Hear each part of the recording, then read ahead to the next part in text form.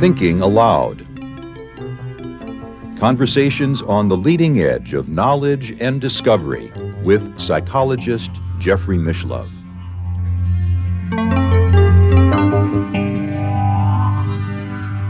Hello and welcome. I'm your guest host, Emmy Vadnais, filling in for Jeffrey Mishlove. Our topic today is spirituality and the out-of-body experience. My guest is Graham Nicholls, who has 30 years of experience having out-of-body experiences and researching them. Graham has participated in research at the Rhine Research Center and the Institute of Noetic Sciences. He is on the advisory board for the Rhine Research Center. He is author of Avenues of the Human Spirit and Navigating the Out-of-Body Experience, Radical New Techniques. Graham is located in London, England, and now I'll switch over to the internet video. Welcome, Graham. It's such a joy to have you with me here today. It's really good to be here. Thank you. You have been having out-of-body experiences for 30 plus years now. How did you come to having these experiences? Initially, I had spontaneous experiences, maybe 2 or 3 initial spontaneous experiences. And then a little while after that, I discovered the concept of out-of-body experiences, maybe in a newspaper article or on the TV or something like that. I don't really remember now. But I heard the concept somewhere, and then I went and bought a book, a scientific book by a parapsychologist called Janet Lee Mitchell, and read that and became really fascinated that this was a real thing. So then I decided, okay, I'm going to commit to a period of time. I think it was about a year. I said I would commit because I'd read that it takes a long time to learn it. So I think I decided to commit to about a year to try and learn to do it for myself. So I did. And I, strangely, for such a young kid, I was about, I think I was about 13 at that point, 13 and a half, something like that. So I got this book and I completely focused on learning, and I spent every single night for the next 6 months. It took me 6 months to induce my first intentional out-of-body experience. So that was really how it all started. And what was it about your initial experience that led you to wanting to have more of them? I think the first ones when I was very young were the spontaneous ones were just really, they were so vivid and so powerful and so kind of just seeing the world in that way. Even though I was seeing quite ordinary things, the early experiences were just to places like near the school that I went to when I was a kid and things like that. But it was, everything I was seeing was so intensely vivid, and it was almost like the concrete and the buildings and stuff almost had an energy, like a memory or a kind of aura to them. So I think that was what really made me think this is a really interesting, unusual experience, in a childish kind of way at that age. But so then when I started hearing about it, I was also interested in other paranormal topics and things like that. So it just became like something I really wanted to learn to do intentionally. And once I found out you could do that, I was just, really fascinated and wanted to do it, really. And did you find that in those experiences that your consciousness was or is how you and I are communicating now? Or do you find that it has another quality or even a more spiritual quality when you're having those? I think it depends on the experience. Sometimes it can be very, I guess, almost mundane. It can feel very like everyday reality. But then in other experiences, it can go to a very transcendent kind of state, or even like states that are akin to something like oneness or monism, those kinds of transcendent sort of states that you can achieve in mystical experiences. So I think the out-of-body experiences really cover the whole range of levels that you can experience, and sometimes they can seem mundane as well, and then later on you kind of realize that there was something deeper going on. for example, like an experience I had where I found myself moving over the coast of Cuba. And at the time, I thought this was just beautiful scenery and just a kind of a physical experience that was just about seeing that place and seeing that environment.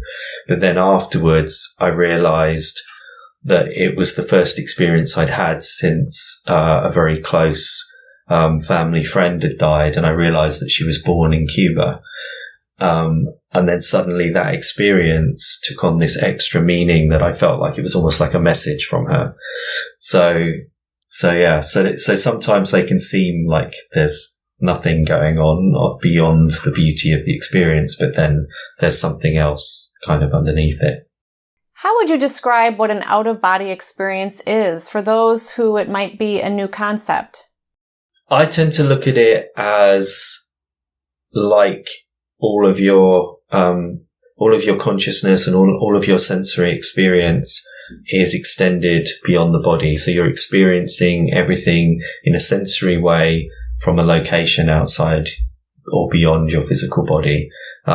It's like a psychic experience, but an immersive psychic experience. That's how I would describe it. It's like all of your senses are activated, or most of them. Actually, you don't tend to have taste and things like that very often, but you have sight and hearing, and you have a sense of feeling and movement, things like that.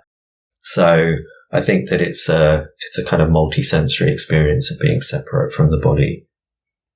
But there's also differences in terms of there's the experience that you have and how it feels for you, and then there's what might really be going on. And I think the question of what really might be going on is a lot more complicated. On a personal level, it might feel like your spirit has come out and you're moving around in the environment or going to another level of reality or something like that. But in terms of the science, I think that it's probably a lot more complex than that, and to do with how consciousness works, how whether we are interconnected with our environment. There's lots of different aspects and elements to it that I think still need to be explored to a greater extent. There's a lot of assumptions in the science that has been done, and there's a lot yet to even be touched upon. So yeah, I think there's a lot still to be done. What is it that is leaving the physical body? Well, that comes down to that question, because we don't really know. That's what's fascinating about the science. Is something leaving the body, or are we somehow interconnected with our environment? Is consciousness always outside of the body? There's these kinds of ideas. For example, a lot of people in near-death experience research feel that the brain, the brain is almost like a filter that's reducing down consciousness into a singular form. But when that filter is taken away, which is what happens in an out-of-body or a near-death experience, suddenly you can experience the full range of consciousness. So there's that kind of idea. Then there's ideas something akin to the brain is something like a computer, and then that computer is connected to something similar to the internet. So you have this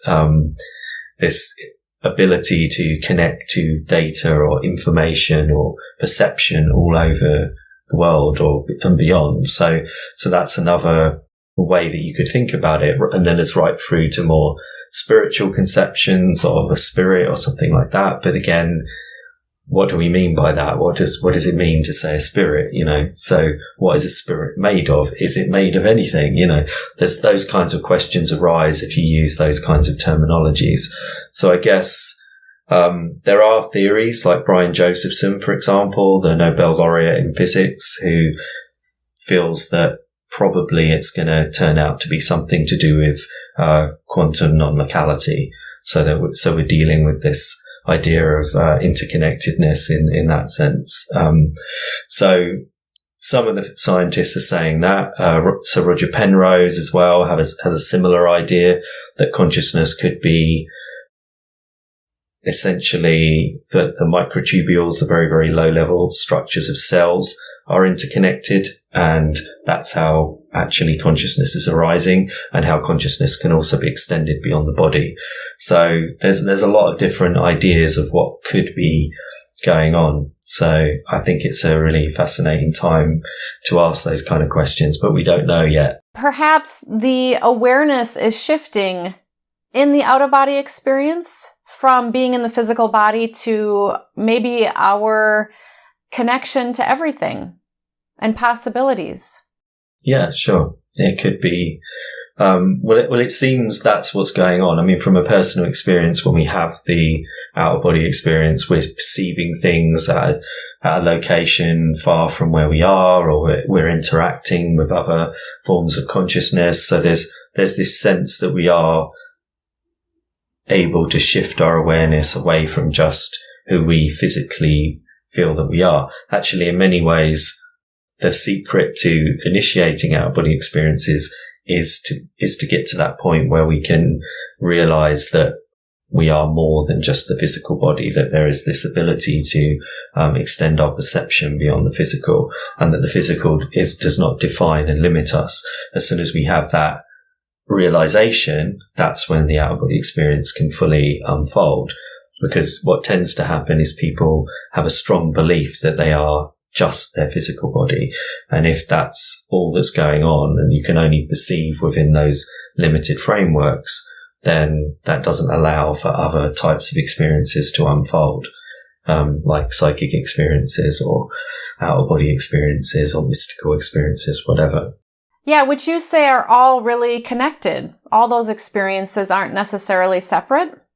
Yeah, I think we break them up for the benefit of language, and so that we can talk about them, so that we can study them, so that we can think about what might be going on and what they might be. But I think ultimately, when we look at research in the lab, there tends to be an overlap between the types of things that impact psychic abilities and the kinds of things that impact what we call mystical or spiritual experiences or altered states of consciousness, all of these kinds of things. They all seem to have this relationship. I mean, for example, in research, people who are more creative and more often musicians and people like that tend to do very well in laboratory psychic experiments.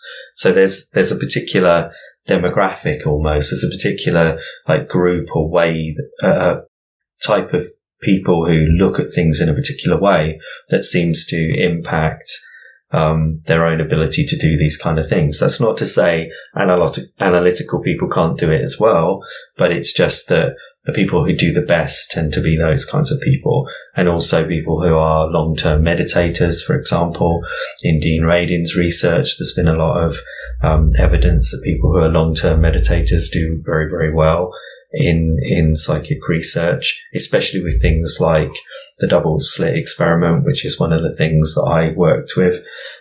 So those kinds of things tend to have an impact. The more that you work with your consciousness and your creativity and those kinds of things, the more likely you are that you're going to be able to also connect to psychic type things. You participated in a research study with Dean Radin at the Institute of Noetic Sciences. Can you share a little bit about that experience and what you all discovered? I was doing doing a talk about my work at the Institute of Noetic Sciences, and went into a lot of different aspects of what I do and of what I think might be going on.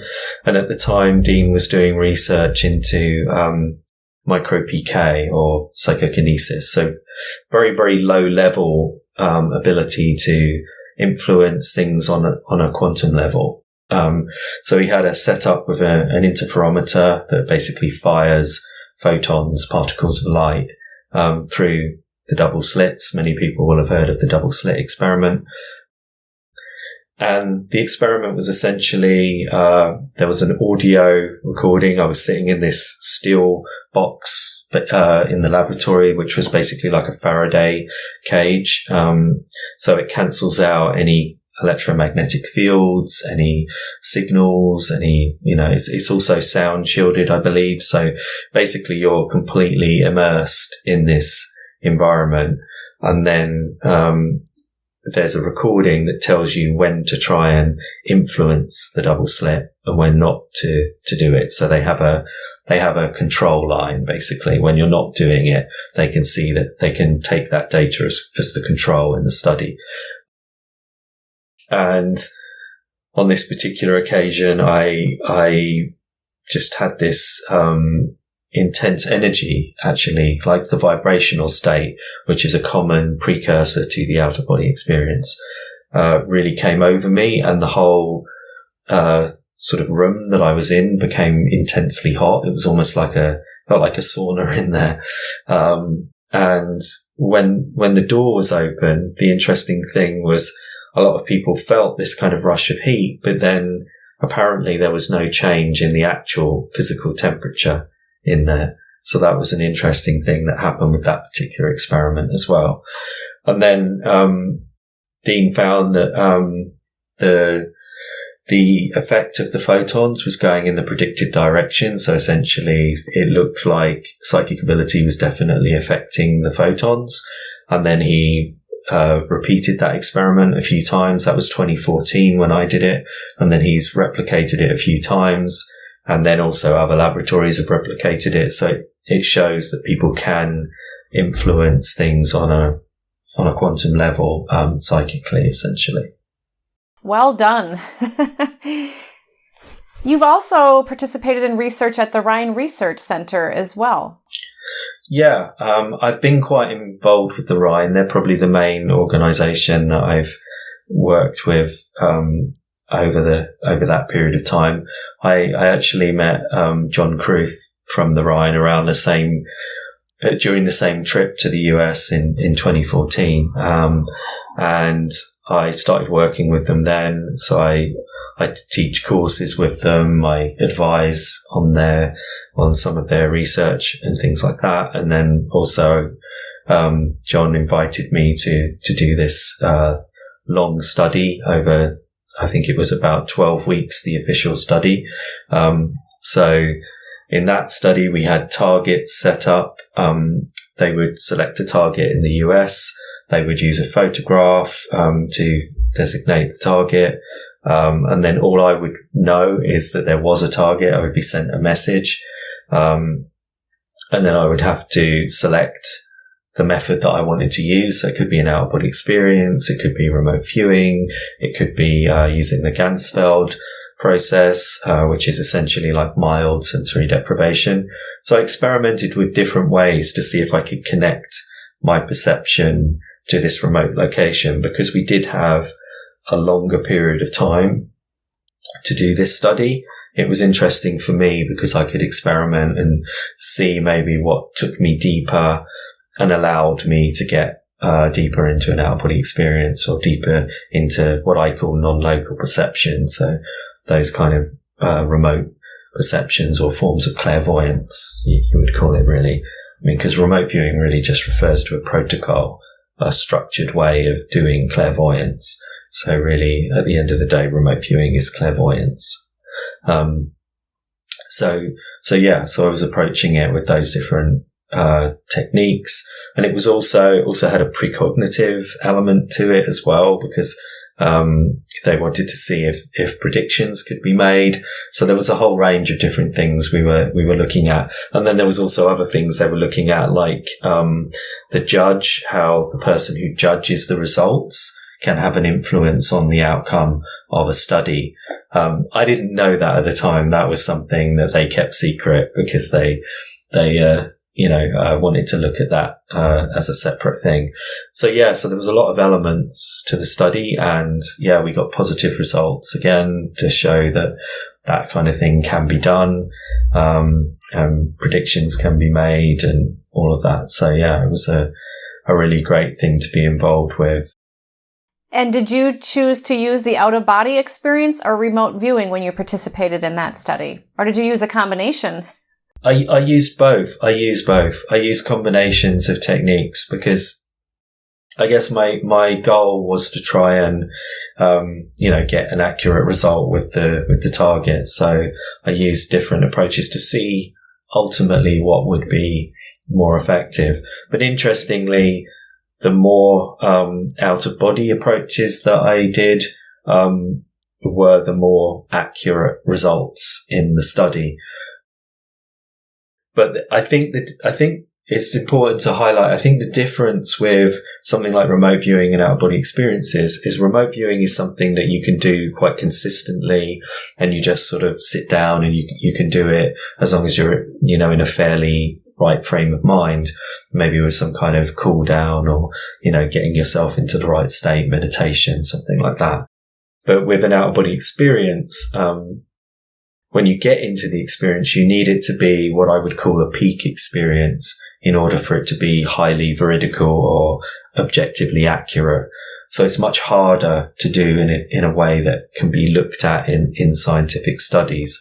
So that's why it was kind of useful to have different approaches that could be used on different days when you're doing a longer kind of study like that. I think that's really what's happened in the past, is there's been limitations on the research because it requires the person who's having the out-body experience to be able to reach a peak experience very, very consistently. And essentially no one really can do that 100% of the time. It's like everybody's human and they have good days, bad days, etc. So it needs to be sort of worked with in a way that allows for the positive experiences or the peak experiences to happen. So when I wasn't on my peak days, I would use more the remote viewing approaches, and when I was more on a peak day, I would use out-of-body approaches. So that's kind of how I approached it to get the best results. Do you differentiate between remote viewing and out-of-body experience, where one is receiving information? Well, you're receiving information in both, but one is where you're maybe in your physical body and you're receiving the information versus going to get the information? Or how do you look at that? Well, that's an interesting question, because in remote viewing, are you just receiving it, or are you sending your awareness to see it? I don't know. I would just say that I see the main difference as just the depth of the immersion in the experience. Obviously, with remote viewing, you're usually starting off with a piece of paper and an ideogram and kind of trying to read information in a very conscious, logical way. At that point, you're not really immersing yourself even in the experience in the first stages of remote viewing. So it's just more at that point trying to pick up data by probing the ideogram, like very basic things like, is it hard or soft, or is it wet? Is the location a desert, or those kinds of things? You're just trying to get basic pieces of information to start with, and then it continues into more and more immersion. But with an out-of-body experience, it's like all of the senses are activated and all awareness of the physical environment and the body have been shut down. So it's like you're fully in the non-local experience. But can a remote viewing turn into that? I think probably yes. It's just the depth and degree to which you've been immersed. But by keeping a level of not going quite so immersed into the experience with remote viewing, it allows for greater control and greater ability to ask specific questions and look at specific elements. Whereas once you go into the full out-of-body experience, it tends to do its own thing a lot of the time. You can control it, but the more you try to control it, the more it tends to undermine the integrity of the experience to the point that it can destabilize it, and then you come back to your body. So it's sort of, I generally think it's best with out-of-body experiences to go with them as much as possible, or steer them. It's almost like surfing or something like that. You can make decisions about where you go to some degree, but if you completely try to take over the experience, you'll probably just lose control. You mentioned that in an out-of-body experience, you can have peak experiences. How much do you feel emotions or some of those more ecstatic states that might be connected to a peak experience are part of an out-of-body experience and maybe even necessary to have one? Peak or ecstatic type experiences often arise. Again, it's something I'm not sure you can totally predict. It tends to happen when everything is right and everything is in flow and everything sort of just naturally unfolds. But they do happen on occasion where you just, I think it's when you go very deeply into that interconnected state where it's almost like a oneness or something like that, where, you've managed to get quite a long way beyond identification with your physical body, and you've gone into a very deep state, and then you start to get things like interconnected awareness. So you start to feel connected with all, thoughts and perceptions from other beings, people, animals, all different kinds of perceptions start to kind of come into your mind. I had one experience that looked very much like the painting, The Universal Mind Lattice by an artist called Alex Gray. And it looked almost identical to that. So I've always had that image, as like my reference point for that experience. But in my version of it, I went into the center of this sort of fountain of light. And when I did, it was like I was perceiving the thoughts and emotions and the whole life stories of, it felt like millions of people for a split second. And then it kind of destabilized and I came back to my body. But for that moment in time, it felt like I was everything almost. It was a complete transcendent experience.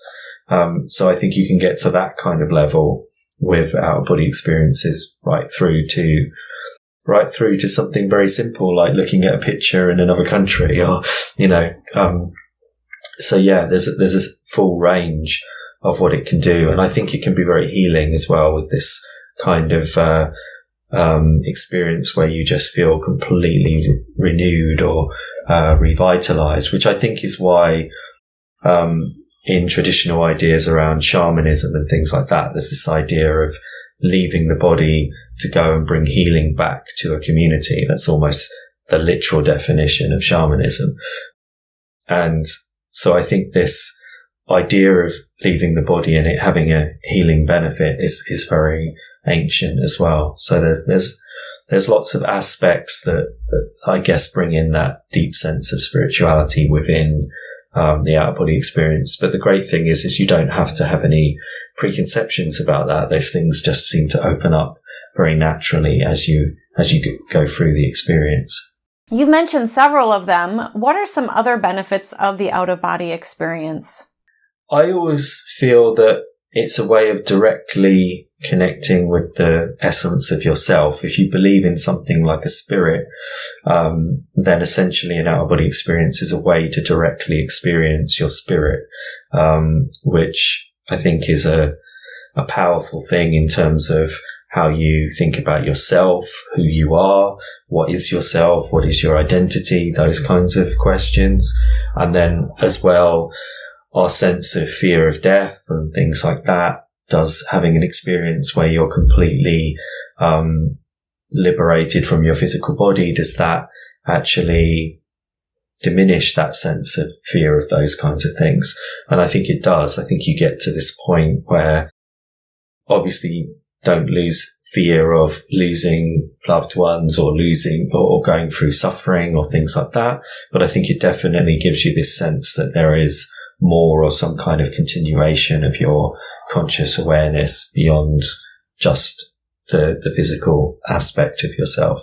So yeah, I think all of those kinds of things, those questions, those emotional understandings of ourselves, all of those kinds of things have a benefit. So, and I think really there's so many religious and spiritual traditions that try to give us an understanding of what might be going on in the world and in our own spiritual landscape. So I think the out-of-body experience is a way to explore that for ourselves and to try and kind of discover instead of reading about it or learning about it from someone else, directly experiencing it. So I think that's the most valuable thing you can have, really. You mentioned also that it can help with a greater sense of having more peace and compassion. Yeah, I think that goes back to the experience I was mentioning, like that interconnected, that kind of fountain of light, like that, and things like that, where I experience connection with everything, with all life. So in those kinds of experiences, it's when you really experience that sort of identification with another person in that way, that you and that person are not separate in that moment, or maybe at all, but in that moment you feel completely like you're not separate. If you can have that kind of experience of oneness, then it's very hard then to try and look at someone as an enemy or try to make that kind of division, because you're having like the ultimate form of empathy, really, which is essentially what compassion is, really. It's this deep sense of, I identify my experience as me with another person who seems to be external to me. So once I have that deep sense of my experience is related to their experience, why would I then want to harm them? And that then goes to non-human animals, etc. as well. So it's like, why would I harm that animal? That animal has just as much desire to live and be within the world as I do. So it really, for me, was a kind of flowering of ideas around compassion and things like that, because it just made sense to start to see other people as, and the natural world, everything, as just a part of the process of nature, and I'm a part of that process as well. We're all just part of that bigger scheme of things.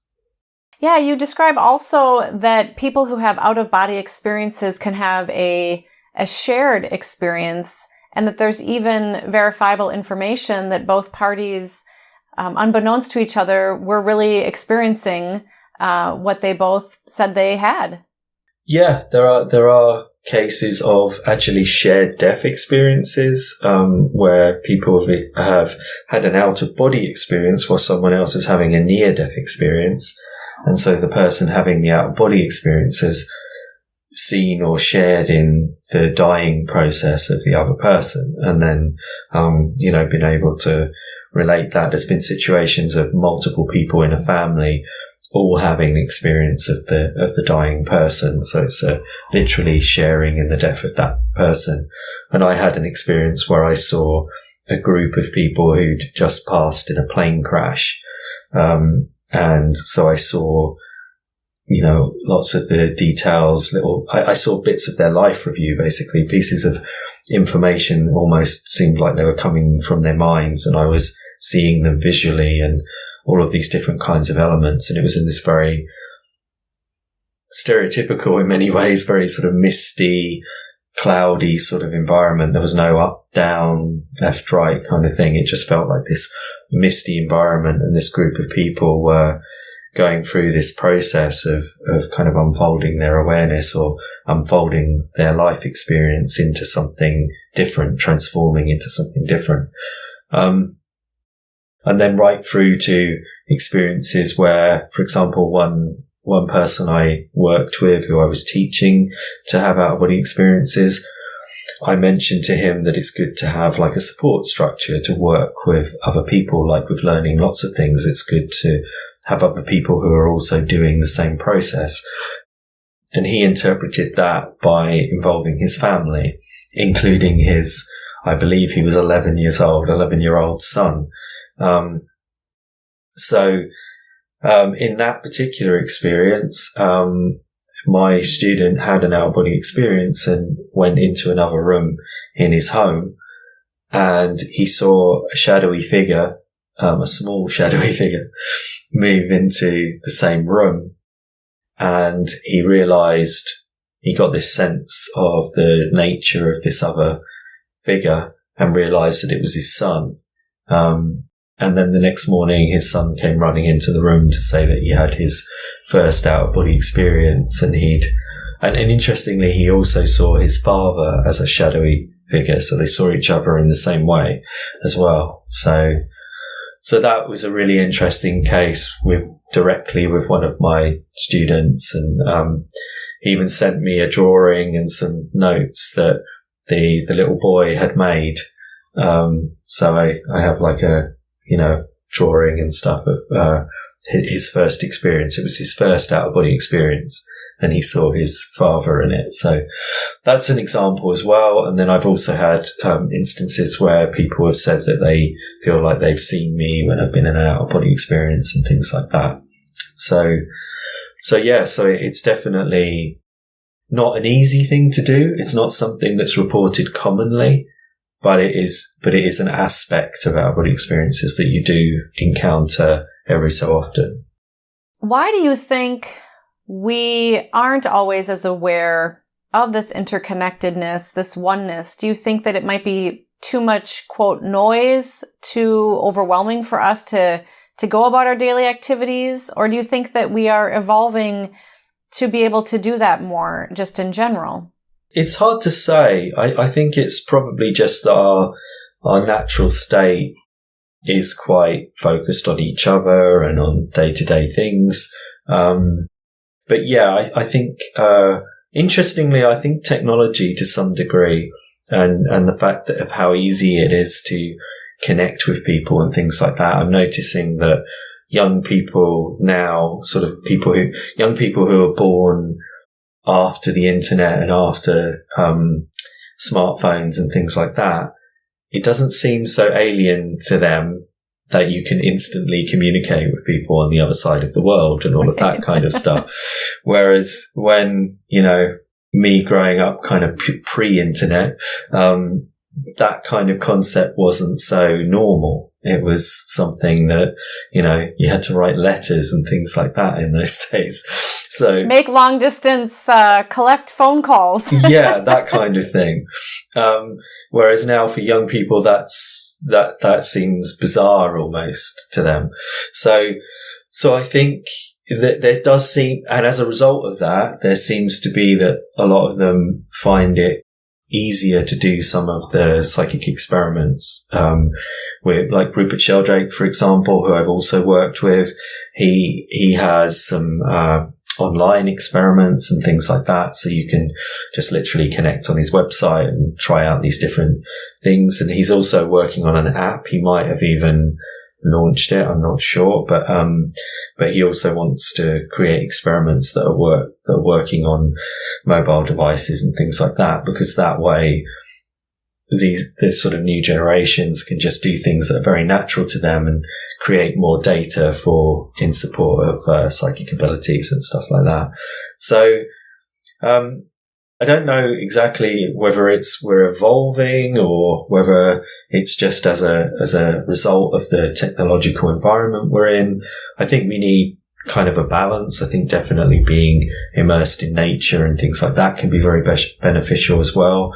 So there needs to be a balance. I think the mentality of technology can be very helpful. Like I just mentioned, that instantaneous communication side of it. But then I think we also need to maybe move away from the more toxic sides of it, the social media influence and things like that can be problematic, and especially with the mass manipulation that comes through some of these large companies like Google, etc., which I've completely removed from my life. I don't use any big tech now. You mentioned that you've done some work with Rupert Sheldrake. Can you share a little bit more about that? Yeah, I back in about 2008, I reached out to him because I'd been working with the out-of-body experience for a while, but I was aware of skeptics, I guess, and I do have quite a skeptical attitude towards things myself. So a lot of them had said, oh, well, nobody ever, people talk about these kind of experiences, but they never do any science, or they never kind of prove it in the laboratory kind of thing. And I thought, well, yeah, that's good. That's a relevant criticism. That's fair enough to say that. So I thought, okay, so I need to do some experiments in the laboratory.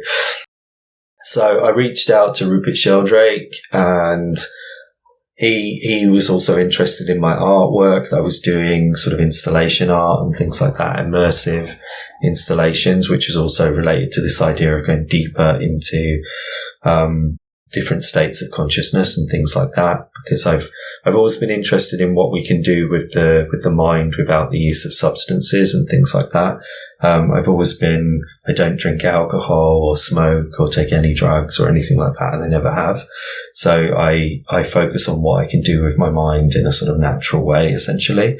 So I've always been interested in how we can use sort of more sensory methods to try and kind of go deeper into our own awareness and that kind of thing.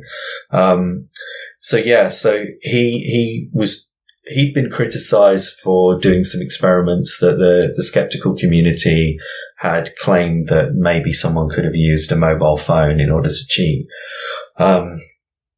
So he wanted to do some experiments that were in an environment that you couldn't use a mobile phone. So i.e. something like a bunker or an underground space, something like that, where basically there's no signals. You can't phone out, or you can't even get a signal. So there's no way you can cheat. So I located a few places, and we ended up selecting this place in East London. And then I set up a range of experiments and got participants, and also participated myself. And we did a range of experiments looking at telepathy, mainly via telephones. So a lot of people describe, for example, the phone rings and they just get this feeling that they know who it is. This is a really, really commonly reported thing, and they pick up the phone and then it is the person that they thought. The skeptical explanation is that, it's just chance, and they might have just thought of that person randomly, and then coincidentally it's them, and then they remember it because it was confirmed. But if they'd been wrong, they would have just forgotten about it. This is the sort of skeptical assumption. So Rupert wanted to see if there's any truth to that, and whether there is actually something psychic going on. He also works, for example, with the sense of being stared at, that feeling where you feel like someone's looking at you from behind, and then you turn around and there is someone looking at you, that kind of thing. So he's looked at all of those. But in this particular study, we found that, again, evidence that people can sense when the person on the other end of the phone is the person they think it is. But interestingly, it needs to be someone they are emotionally connected to. So there's an emotion factor that's very important. If you take two strangers, they can't do it. But if you take two people who are like family or lovers or something like that, then you can find that there's a strong link or connection, and they're able to do the experiment. So yeah, that was a really interesting series of experiments as well. And then I also took part in his precognitive experiment, because I've had precognitive out-of-body experiences, I should mention as well. So this is the precognition link with me. One of the most significant out-of-body experiences out there really was one that I had where there were 4 people in the room with me, and I was able to perceive a bombing 5 days before it actually happened in an out-of-body experience. So that was the Soho bombing. That was a powerful experience that I had. But yeah, so the other experiment I did with Rupert Sheldrake was this precognition experiment using sound, where you had to try and predict what sound was going to be played a few seconds after you pressed a button. And in that one, apparently I got the highest score he'd ever seen in a single trial. So that was good. Yeah, good job. So people can have spontaneous out-of-body experiences. You yourself had one. Reading your book and preparing for this interview, I recalled having a handful of experiences where I was hovering over my body in bed, And I realized that I was essentially felt like I was coming back to my body after leaving it while sleeping. And what was interesting was that I was inverted. So I was on my bed, face up, and my body was also in that horizontal position, but my head was toward my feet. And I realized that I had to somehow get my head back up where my head was for me to enter back into my body. Okay. Have other people described these kinds of experiences to you during sleep? Well, during sleep, people have all kinds of strange experiences, I guess. I mean, a lot of them link to sleep paralysis. So sleep paralysis is a usually quite scary experience where people wake up in the middle of the night and they feel like they're paralyzed. And often they'll feel there's a presence in the room with them and things like that. So it can be quite a scary experience. But I don't have out-of-body experiences from sleep. And I induce the experiences from a conscious, relaxed waking state. So I'm not, and I don't teach people to use sleep paralysis either, because I think it's just too stressful a lot of the time for people. And they can have these quite strange, distorted experiences. So things like that, I tend to associate more with, like a waking dreams or sleep paralysis type experience. But yeah, people do describe all kinds of things, but I think if they go more with the waking state approaches to inducing out-of-body experiences, you tend not to have the more distorted or strange kinds of experiences. I think that's probably because there's elements of your sort of dreaming mind still active, but then there's something more going on as well. So some people do manage to get to a point where they can control the sleep paralysis, not get scared during that experience, and then use it as a launch pad for the out-of-body experience. So that is an option.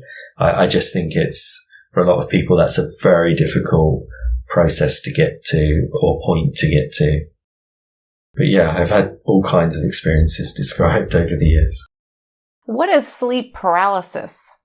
Well, it's just a form of waking nightmare, basically, where you just, you wake up, but you can't move. You feel like your whole body is just frozen to the spot, but you think you're awake. I think some people do actually open their eyes, but a lot of people, they are actually still dreaming, but they perceive the room sometimes.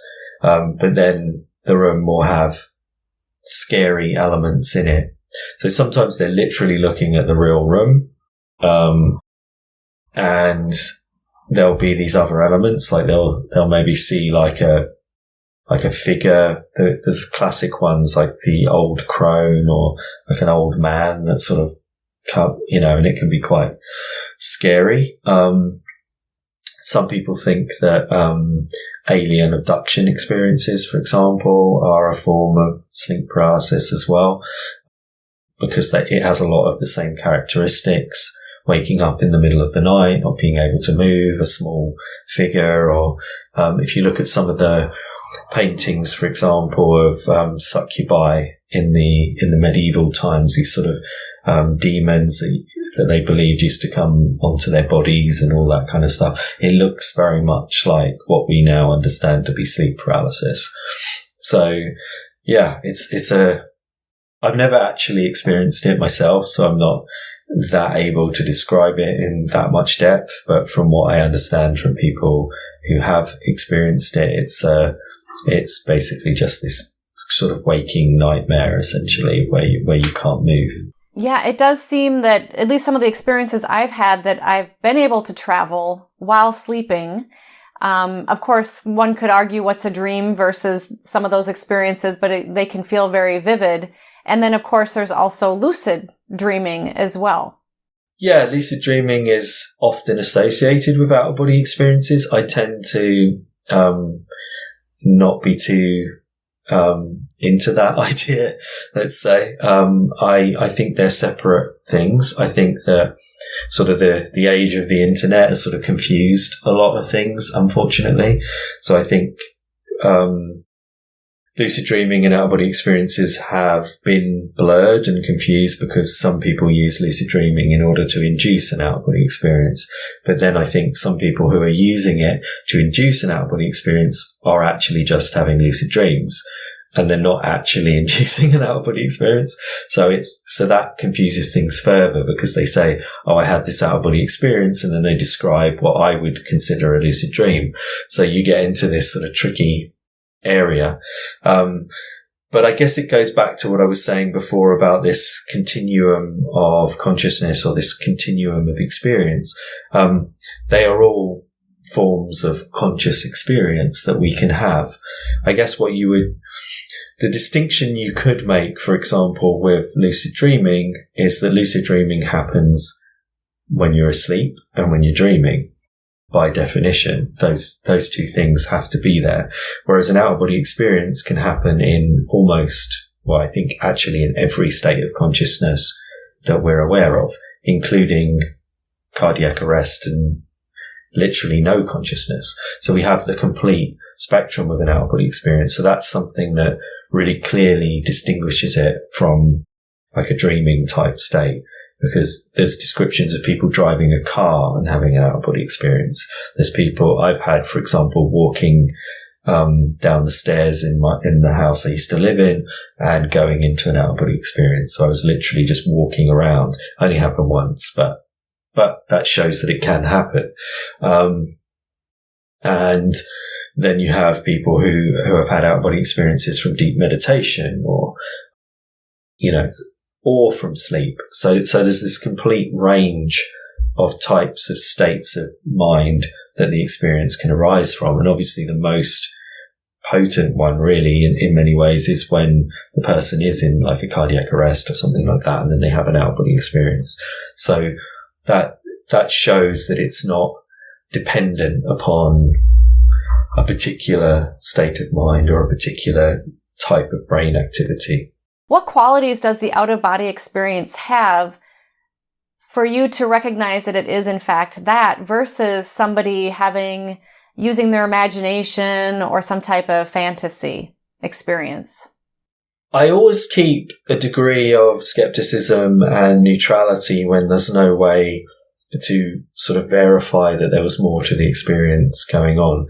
So that's why I do like the more objective or verifiable experiences, because then that suggests that there's a quality that was objective beyond just what was going on in my mind. But I guess over the years, I can see a clear distinction in terms of the depth of the experience, the quality of the perception, unusual things that happen like zooming with vision. For example, you can look at something and your vision zooms right in on it sometimes. There's also commonly duotone color, so two-tone color, where you see, maybe blue and green or blue-green, but you don't see the other colors of the visible light spectrum. So it's almost like you've sort of honed in on just two. So that's quite common as well. So those are visual aspects of the experience that are not something that I've ever seen in another experience. I don't get that when I do remote viewing or lucid dreaming or whatever. Also, the actual experience of floating and moving around is nearly always an aspect of an out-of-body experience. It's not always an aspect of lucid dreaming or these other types of experiences that you can have. So there are specific qualities of the experience that seem to highlight that it's something different that's going on.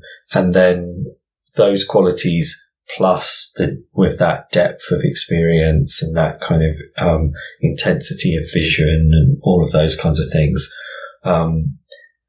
you can identify it when you've experienced it, when you've had that. It's one of those things like trying to explain something to someone who's never had that experience. It's very tricky, but I think that when you break down the phenomenology of the experience, there are key characteristics like what I just mentioned, like floating, the way vision works, the way that you don't tend to have taste and things like that. There's lots of different elements that seem to highlight that it's an out-of-body experience and not something else. Right. How do you describe to somebody what chocolate tastes like? Exactly. So when somebody's at a store and they're thinking about where they're going to catch the next bus or train, or where they might have parked their car or bike, could there be elements of out-of-body experience in those moments? I think I would say maybe like non-local perception. I think that there is this idea that we can perceive things or we can pick elements up. It's just, like I said, it's just in terms of degree. We can get little glimpses or little snippets of information at any time in a sort of psychic way. But then if we maybe sit down and do a remote viewing, we're taking that a bit deeper. And then if maybe we do some kind of sensory deprivation experience, like in a tank or something like that, we may be taking that a step deeper again. And then if we go into this full disconnection from our body, so our awareness has become front and center and the bodily experience has kind of gone into the background, then the full out-of-body experience can happen. So it's this sort of going degrees of depth, but that doesn't mean that on a day-to-day level you can't get these little snippets and pieces of information. It's just that you're not totally focused on them. You're focused maybe on, you're on a train or you're driving or whatever it might be, so you're focused on that. But then you just get these momentary glimpses. But if you were to stop and try to go more focused, which is essentially what learning to have an out-of-body experience is, it's that taking time and then developing that ability to disconnect from your physical sensory awareness. And having an aerial view can be a part of the out-of-body experience as well? It's nearly always a part of it, yeah. There's nearly always... That's actually more common than having a second body. A lot of people assume there's a kind of spirit body, but actually it's only around 30% of people who actually have that consistently. So the majority of people either have a traveling awareness, that's about 40%, and then the remaining percent is other things like a sphere of awareness or, something like that. But the most common characteristics are this sense of floating, sense of movement, those kinds of things. So, that's really one of the things that underlines it as separate to other experiences. Trauma is a way, like you mentioned, through a near-death experience or maybe even having a car accident where people can leave their bodies. Are there other ways that people can sometimes spontaneously have an out-of-body experience that you've come across? Like I was mentioning previously, I think with out-of-body experiences, when you go through the cases, there's nearly every type of occurrence someone will have an out-of-body experience as a result of it. So fainting, hyper concentration, meditation, all of those kinds of anything where consciousness is focused on a particular thing or away from the physical body or more internally with meditation, something like that. It doesn't commonly happen that way, but there are instances where it has arisen in that way. The most common way people have spontaneous experiences is actually from a relaxed waking state. So they'll just be like relaxing at home and it will be triggered that way. So that's actually, like, statistically in the studies that have been done, that was the most common precursor to the experience. So if you take that a step further, things like sensory deprivation would, I believe, increase that likelihood quite a lot. I think even in psychic experiments in general, sensory deprivation is very helpful, but it usually isn't used simply for financial reasons and things like that. That it's just costly. to have flotation tanks or, those kinds of things set up to do experiments. And unfortunately, partly because of the skeptical community, parapsychology is very underfunded. Well, hopefully that will be changing, and your great work and experiences will inspire others to want to explore this further. Hopefully. There can be cases too where people unfortunately experience physical or psychological trauma and leave their bodies, perhaps as a way of coping with the experience as well.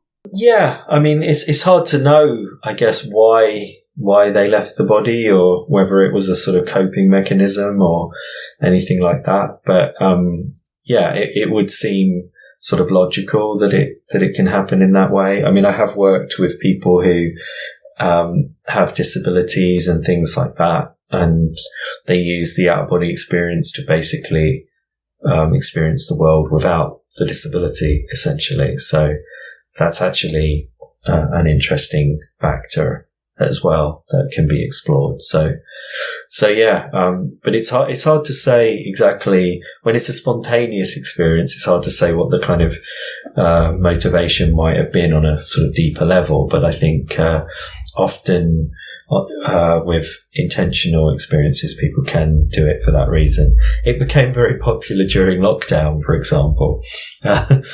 Because people were, I think, using it as a way to kind of get out of the house, essentially, and things like that.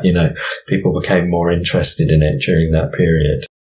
And you mentioned that it's something that can come under people's control. What are some of the steps or suggestions you have on how people can have an out-of-body experience?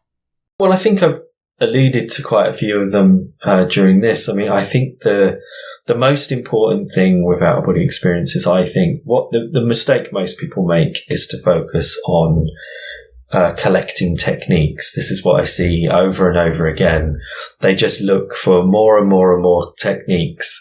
And really, it's about that shift in consciousness, or that shift in your depth of connection is really the key. That what I would call the pre-state. So what I mean by that is your mental, physical state when you attempt to have the experience. So then it doesn't matter so much what technique you use. You have to have the right foundation for initiating the experience. That's what makes the difference. Because there's so many techniques out there, and you see internet forums where people are kind of like, oh, I did this technique and it worked first time. And then someone else will say, I'm doing the same technique for, I don't know, 6 months, a year, whatever, and it hasn't worked. So they'll blame the technique, but it's not really about that. It's about having the right foundation for the experiences. Yeah, in your book, you describe how there are people, as you just said, who might benefit from another approach, shall we say, based on sort of their personality. Yeah. And I like how you give that as options, because no one approach is going to be the same for everybody. Well, that's very important as well, yeah, because for example, I think I started to move in that direction with my approaches because I used to quite like visual techniques, for example. So I remember with one of my students many years ago, I said to him, oh, let's try this sort of visual technique. And he said to me, I can't visualize. I can't do that. I'm no good at anything visual.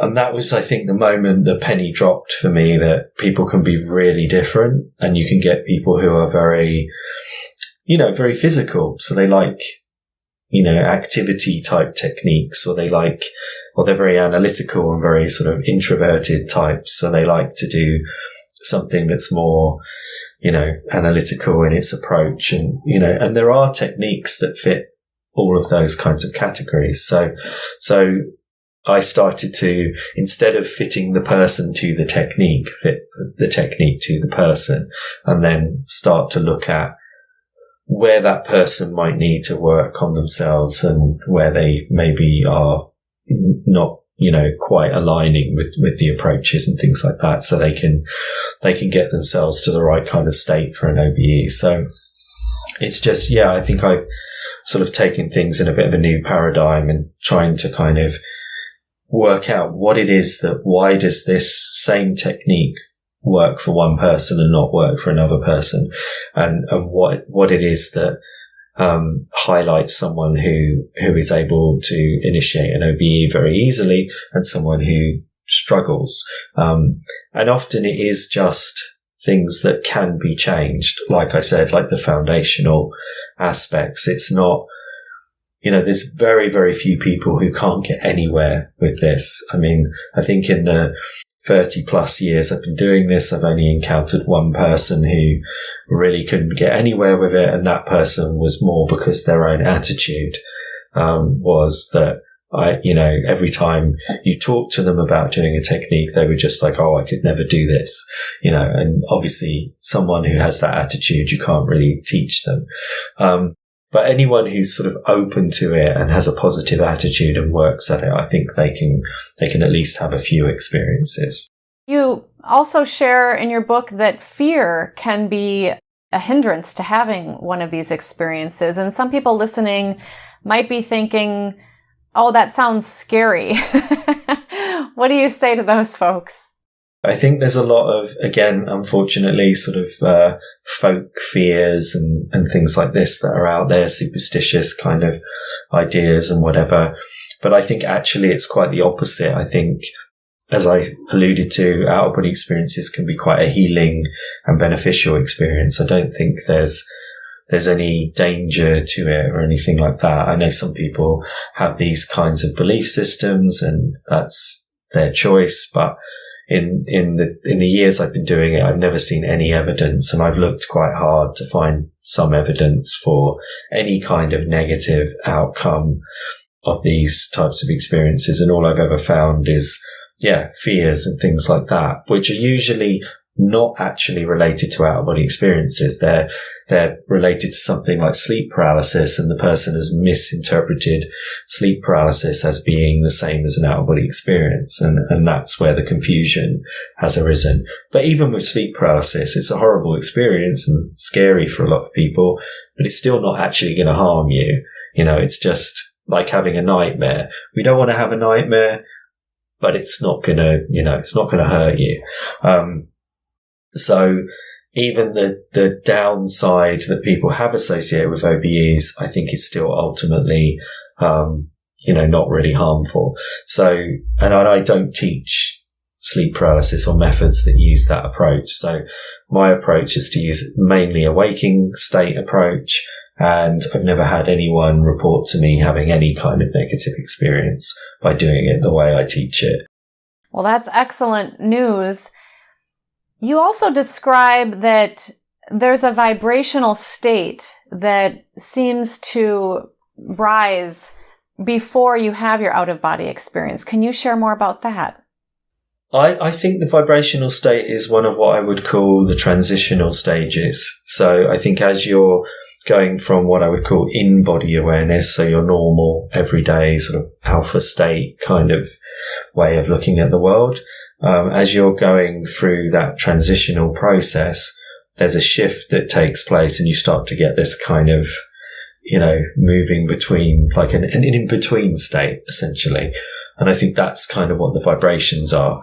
You could also describe it as something like almost like the engine is running, like with a car or something like that. It's almost like it's a sign that you're ready to go, basically, that you're ready to have the out-of-body experience. So then it's just, that's the point that you would apply a simple technique in order to cause that final part of getting to the out-of-body experience. Not everybody gets the vibrations, I should say, though.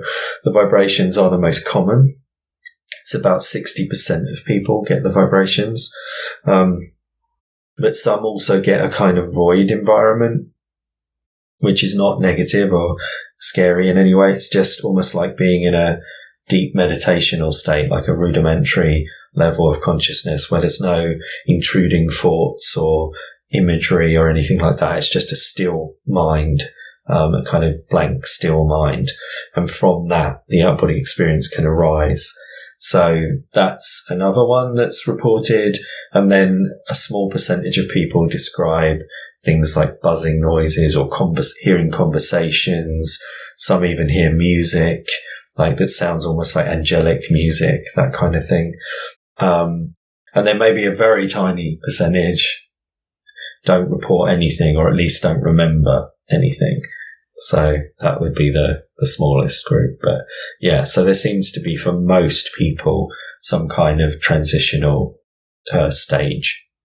And how does one come back to the physical body?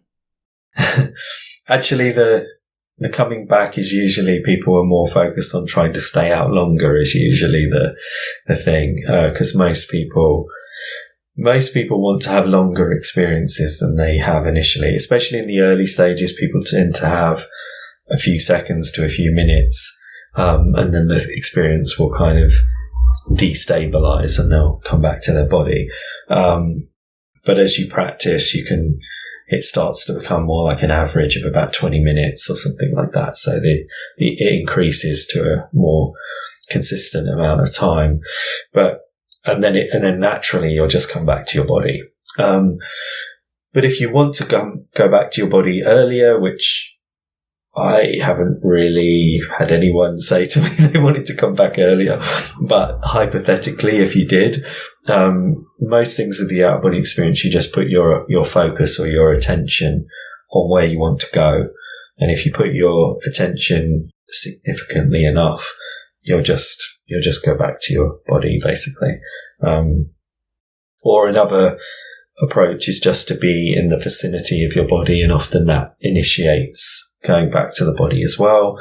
I mean, I have heard some reports on occasion of people taking a bit of time. It's like they've tried to get back into their body and it hasn't sort of just initiated straight away. But again, they're rare. It's more like an unusual thing, but they do eventually just, reconnect, but that's very, very rare. Maybe I hear a report like that every 5 years or something, if that. You've shared a few so far. Are there any other experiences that show the accuracy of the out-of-body experience where you've been able to verify what's actually been happening in the physical world that does indicate that you didn't in fact have this out-of-body experience? Well, I mentioned briefly the Soho experience was probably the most significant because there were people there when I had the experience, so that was pretty unusual. So there were 4 people actually there. I was teaching the G technique, which is one of the methods that I use. It's one of the physical category of techniques. And I went into an out-of-body experience and then found myself with this duotone vision that I mentioned. So it was like blue-green vision, blue-grey sort of, but it sort of more blue-green. And I was standing looking down the street, and I saw this explosion burst out. I knew I was on Old Compton Street in London. I knew I was on the corner of Moore Street, which is a small street that kind of connects into Old Compton Street. And I was looking down and I saw this explosion, and then I saw the kind of chaos afterwards. I reported this to all the people that were there when I had the out-of-body experience. And then 5 days later, I said it was precognitive as well. And then 5 days later, there was this actual bombing took place. Then I had a similar experience with the 2005 bombing in London as well. There was another terrorist attack on the tube, the underground system, and on some buses as well. And I saw one of the attacks ahead of time. And then on more everyday sort of mundane level of verification, one that's been featured in a book, and also I've made some videos on it, was one where I went to, when I was living in Estonia. I used to live in Tallinn, the capital of Estonia. I lived there for 10 years. And in one experience, I went over the old town. I lived on the edge of the old town. And I went over the old town down to where there was the Alexander Nevsky Cathedral, which was built by the Russians as a kind of almost like a political statement, because Estonia is not a Slavic culture, and it's not, has no relationship to Russia.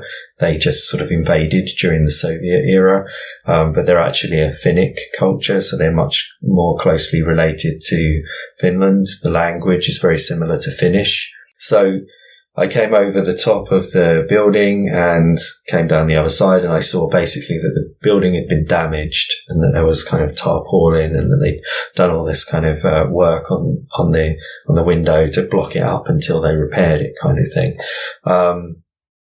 And this seemed like a very uncharacteristic thing in terms of the building. So I reported it to my partner at the time, and so we noted everything down, and then went and checked the place, and I took a photograph of it. So this is an example of one where it was very, solidly kind of verified. Another example that also happened in Tallinn was when I had an out-of-body experience in the winter, and I saw the huge fir tree for Christmas being delivered and being pulled into place, and I described exactly at what stage all of that was. And so we went out into the square, which was only a short distance from where I lived. We went to the square and we saw that it was exactly as I'd seen it. And just a few hours earlier, there was nothing there at all. So it was, that was another kind of example of perceiving things. There's been lots of them, but that's just, a couple that come to mind. Can you describe briefly what the G technique is?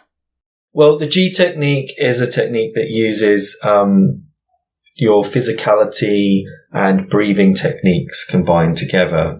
So intense breathing with physical tension, physical muscle tension combined together to put you into basically an altered state or the conducive state for the out-of-body experience. So instead of focusing on like a visualization technique or a perceptual technique, it's more about getting your mind and body into the right condition. It would be similar to what Robert Monroe used to say, mind awake, body asleep.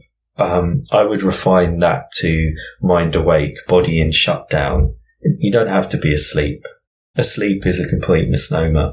And obviously, as we've mentioned, you can also be in a cardiac arrest condition. So the body can be in total shutdown. So I would refine it to body in some kind of shutdown state. So another form of shutdown state is physical exhaustion.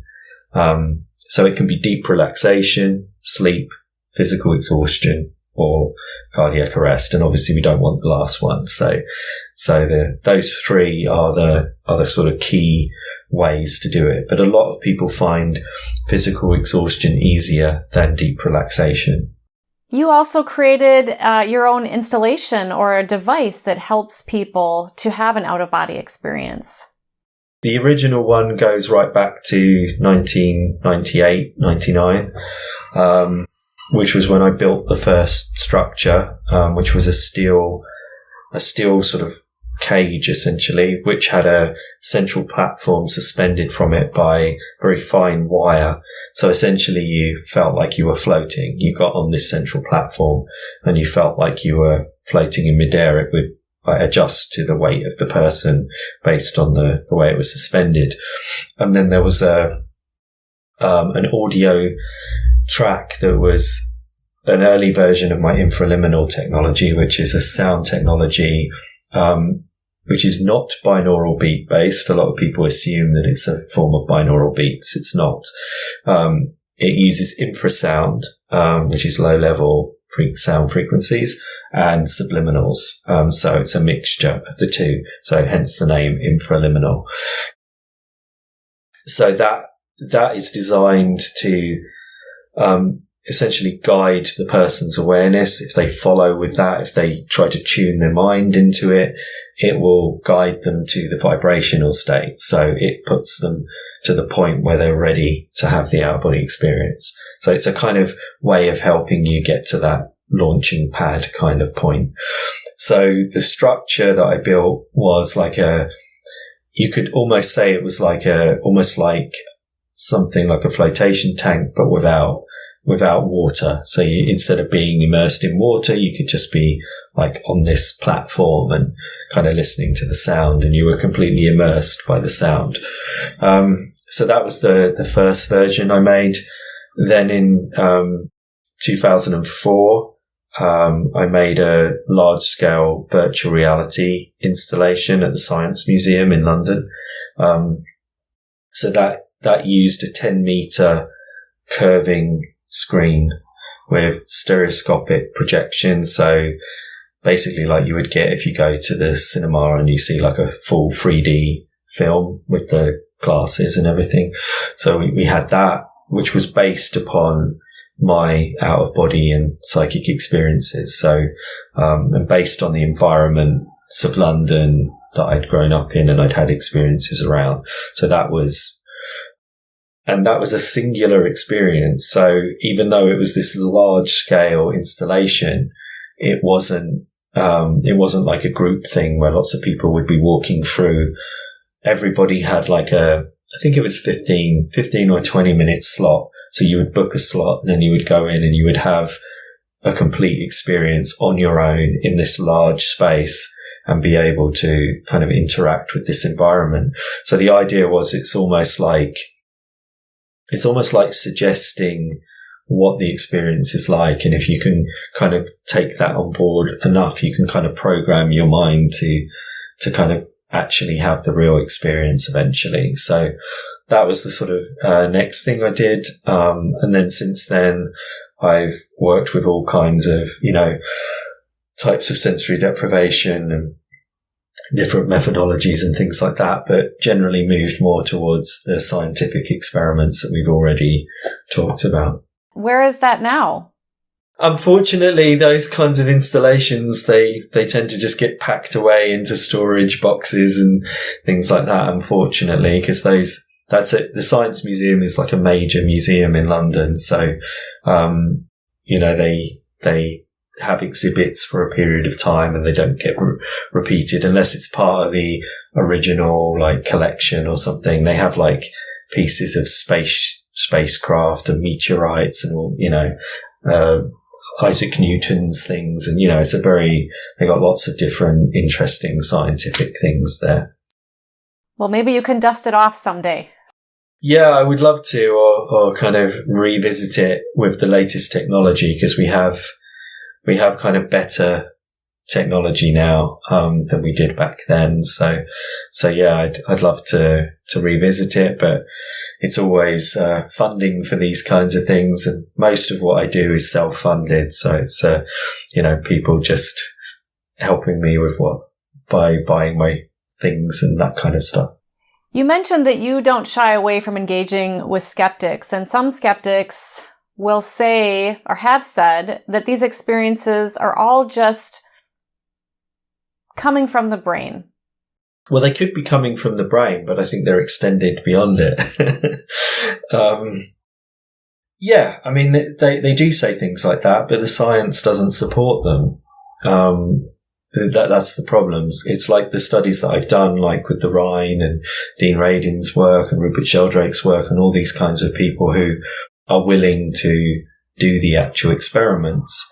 That's not what they're finding. They're finding evidence that there is something more going on, and sometimes hugely statistically significant results are coming in, especially when you look at it over and over and over, like repeated, like, Dean Radin's meta-analysis of the Ganzfeld experiments, for example, and things like that. So I think his figure was 29 quintillion to 1 in favor of psychic ability or psi. So when you start to get into that kind of level, it seems irrational and unscientific to me to just dismiss these things. And it just becomes almost like a political position rather than actually science, because in most areas of science, you engage with the experts who are working in that field. So, you don't sort of say, oh, the whole of physics is is rubbish because I don't agree with it, but that's kind of what happens with parapsychology. It's like, oh no, all of parapsychology is rubbish because I don't happen to personally agree with it. That is the sort of attitude. And the problem is most of the vocal skeptics are not doing actual research themselves. Susan Blackmore is probably the main skeptic of out-of-body experiences, and I've debated her on 2 occasions. And she hasn't done any actual research in 25 plus years. And if you read her book, which I have, you can work out that essentially she gave up doing parapsychology when the remote viewing research was released. In the book, she says the reason for that is because she would either have to read all of the remote viewing research, or she has to say, I don't believe it and I'm going to move on to another field. So she said that she would move on to another field and she wasn't going to read it. So we know that the remote viewing research was released in 1995, the original research, the first release. So that means that she hasn't been active in any sense since 1995, if we work that out. So this is the kind of problem you're up against, because the skeptics today are still quoting people like Sue Blackmore or, other skeptics, and they're not actually doing any kind of research, and they're not up on the latest work that's been done, like Patrizio Tresoldi in Italy, for example, who's also doing active out-of-body experience research. He's one of the few in the world, but he is doing it, and I've also published a paper with him.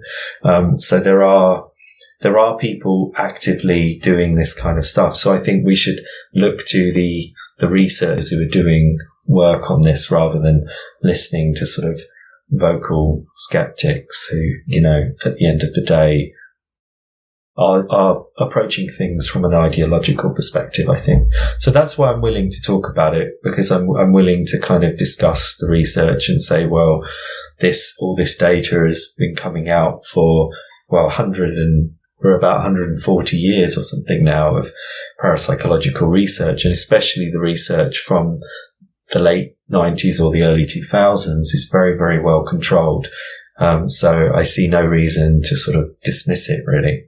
Well, thank you for being willing to debate these people and these views, and to have the true skeptical mind yourself, so that you can really look at what's happening and be very discerning yourself. Yeah, I think that's the way it should be. It doesn't help anyone to just dismiss things out of hand. I think it's important to engage with what's there and to see if we can learn something, because even if we do conclude that it's all illusory, none of the skeptics, well, I shouldn't say none, but the majority of the skeptics do not deny that there is a real experience. Like Sue Blackmore, for example, would not deny that people have a real experience. That can be life-changing. They accept that. They just don't believe that there can be any kind of psychic or objective element to it. But even if it does turn out to just be an illusory experience, it's obviously a hugely valuable one and a hugely life-changing one. So even if you took the hardline skeptic perspective, I think we should still be exploring the experience. And I think if it is true, as the data suggests, that there is a real experience that is objective and we are able to perceive more than just with our physical senses, then it's one of the most incredible things possible, and we should be really investigating that, not kind of poo-pooing it, Listening to each other and really hearing each other is very valuable, and taking on board other people's experiences with an open mind and an open heart. And I appreciate your position with that. Is there anything else you want to share with us today about spirituality and the out-of-body experience? I think it's all about just having the experience and seeing how it transforms you, and can lead to that sense of inner peace that you mentioned, that sense of calmness and inner peace, which is very valuable in this world, I think. We need it now more than ever. Graham Nicholls, thank you so much for all that you've shared with us. I've thoroughly enjoyed our conversation, and thank you so much for advocating and all that you've done for the parapsychology field as well. Thank you so much for being with me today. Thank you. And for those of you listening or watching, thank you for being with us.